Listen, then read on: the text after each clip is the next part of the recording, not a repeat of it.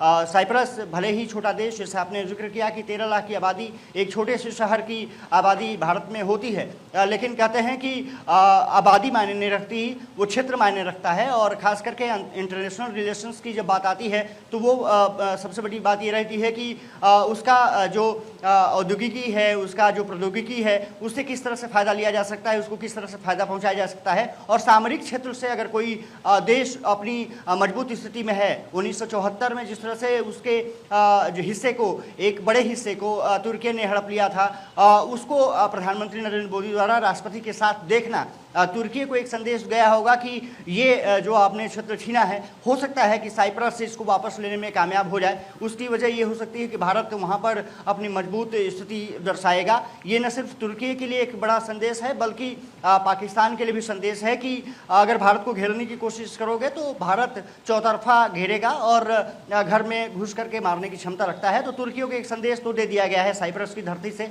लेकिन अब यही है कि निकोस क्रोटिलियस के साथ जो बातचीत हुई है वो अब आने वाले समय में किस तरह से आगे बढ़ती है। माना जा रहा है कि जल्द ही साइप्रस के राष्ट्रपति निकोस भारत दौरे पर भी होंगे और यहाँ पर जो एक दोस्ती का नया आयाम बढ़ते हुए दिख रहा है वो और विस्तार ले सकता है और यूरोपियन यूनियन के साथ जो संबंध हैं और बेहतरीन तरीके से आगे बढ़ सकते हैं। आर्थिक कॉरिडोर जब जिस तरह से खुलेगा, कहीं ना कहीं उसका असर अन्य देशों पर भी पड़ेगा, चाहे वो ब्रिटेन हो या फिर आने वाले जो अन्य देश रहे हों, शायद इटली की बात रहे हो, जर्मनी की बात रही हो या फिर यूनाइटेड स्टेट या यूनाइटेड किंगडम की बात रही हो।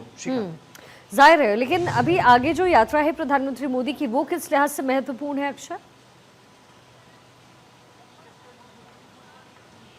देखिए, सबसे बड़ी बात यह है कि अब जो यात्रा होने जा रही है वो कनाडा की होने जा रही है। कनाडा आपने देखा होगा कि यहाँ पर उनके तमाम जो उच्चायोग थे, भारत को यहाँ से हटाना पड़ा था। सिख जो आतंकवाद था वहाँ पर एक बड़ा मोर्चा उभर रहा था। भारत ने उस पर जो जिस तरह से निज्जर हत्याकांड मामले सामने आया उसको लेकर के कहीं ना कहीं तनातनी की स्थिति रही, लेकिन क्योंकि वहाँ पर नेतृत्व परिवर्तन हुआ, मार्क कार्नी यहाँ पर हिस्सेदार बन करके आए, एक नेतृत्व करता मिला और उसके बाद G7 ग्रुप जो समिट होने जा रही है उससे कहीं ना कहीं कनाडा के साथ संबंध को और मजबूती मिलती हुई दिखेगी और हो सकता है कि जो राजनयिक मोर्चे पर कोई अलग स्थिति पैदा करने की कोशिश की जा रही थी वो हो सकता है सुधार की स्थिति की तरफ आगे बढ़े। और जैसा मैंने जिक्र किया कि राष्ट्रपति ट्रंप के साथ वहाँ पर मुलाकात हो सकती है। रूस यूक्रेन के साथ साथ जो इजराइल और ईरान का जो युद्ध इस समय चरम पर है उसको लेकर के चर्चा की जा सकती है।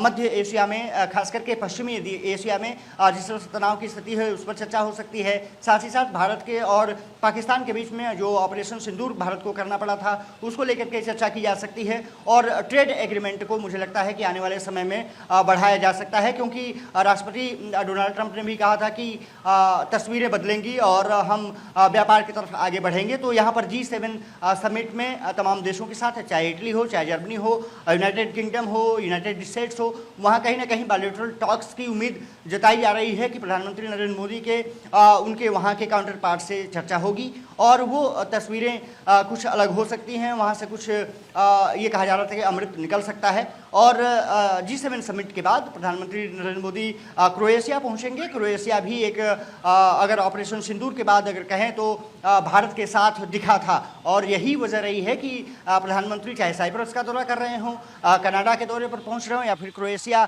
अंतिम दौरा होगा जो कहा जा रहा है कि 18 तारीख को क्रोएशिया पहुंचेंगे और वहाँ पर भी बायलैटरल टॉक्स के साथ साथ औद्योगिकी पर, प्रौद्योगिकी पर, साथ ही साथ पर्यटन और रक्षा क्षेत्र में चर्चा हो सकती है। और उसके बाद 18 तारीख के बाद 19 तारीख को कहा जा रहा है प्रधानमंत्री स्वदेश लौटेंगे। मुझे लगता है कि इन तीनों देशों की यात्रा से बहुत कुछ भारत को मिलने जा रहा है और भारत जो अपने विकास की रफ्तार को तेज़ गति देना चाहता है, विकसित भारत की जो परिकल्पना प्रधानमंत्री नरेंद्र मोदी ने की है वो उसमें कहीं ना कहीं एक कदम आगे बढ़ने में कामयाबी मिल सकती है। शिखा, ये है कि ये कूटनीति के लिहाज से भी ये बहुत महत्वपूर्ण है क्योंकि एक तरीके से तुर्की को संदेश है और तुर्की को संदेश के साथ साथ ये पाकिस्तान को भी हिदायत है कि अगर पाकिस्तान की तरफ से और तुर्की की तरफ से अगर इन मामलों पर संबंध स्थापित किए जाते हैं कि भारत को परेशान करना है तो भारत भी चुप नहीं बैठने वाला है। तुर्की पाकिस्तान की मदद करेगा और साइप्रस की मदद करेगा भारत, और ऐसे में परेशानी का सबब सबके लिए बनेगा।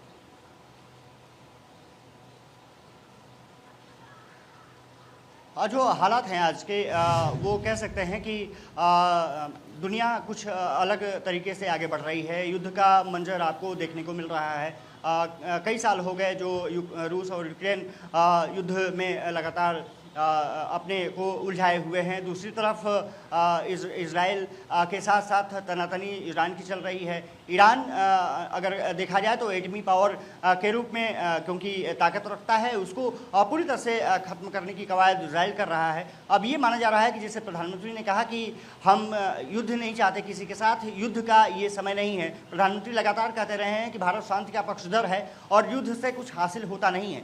ऐसे में उन देशों के लिए भी, शायद इजराइल हो या ईरान हो, एक संदेश देने की कोशिश है। और तुर्की को तो संदेश साफ तौर पर है कि अगर आप हमारे दुश्मन के साथ मिलकर के हमें परेशान करने की कोशिश करेंगे तो हम आपके दुश्मन को अपना दोस्त बनाएंगे और आपको निश्चित से उसका खामियाजा भुगतना पड़ेगा। तो साइप्रस को तो एक तरफ से ताकत मिली ही है भारत के साथ के सहयोग से, लेकिन कहीं ना कहीं तुर्कियों को भी अंदेशा हो गया होगा कि रणनीतिक हिसाब से, कूटनीतिक हिसाब से भारत आगे बढ़ रहा है और उसे उलझना कहीं ना कहीं कामयाबी की दिशा में उसको आगे नहीं बढ़ा पाएगा। यही वजह रही है कि जो तुर्की है अभी तक इस पूरे मसले को लेकर के शांत बैठा हुआ नजर आ रहा है, क्योंकि उसको पता है कि भारत की ताकत क्या है और जिस तरह से उसके ड्रोन्स को भारत ने यहाँ पर भारत की सेनाओं ने मार गिराए, उससे भी तुर्की को बहुत बड़ा आघात लगा था। पाकिस्तान को तो आघात लगा था, तो तुर्कियों को भी आघात लगा था। ऐसे में अब जिस तरह से आने वाले समय में यही डिप्लोमेटिक रिलेशंस है, किस तरह से देशों के साथ आगे बढ़ते हैं। प्रधानमंत्री नरेंद्र मोदी की यही कोशिश है कि आने वाले समय में डिप्लोमेटिक रिलेशंस को और मजबूत किया जाए।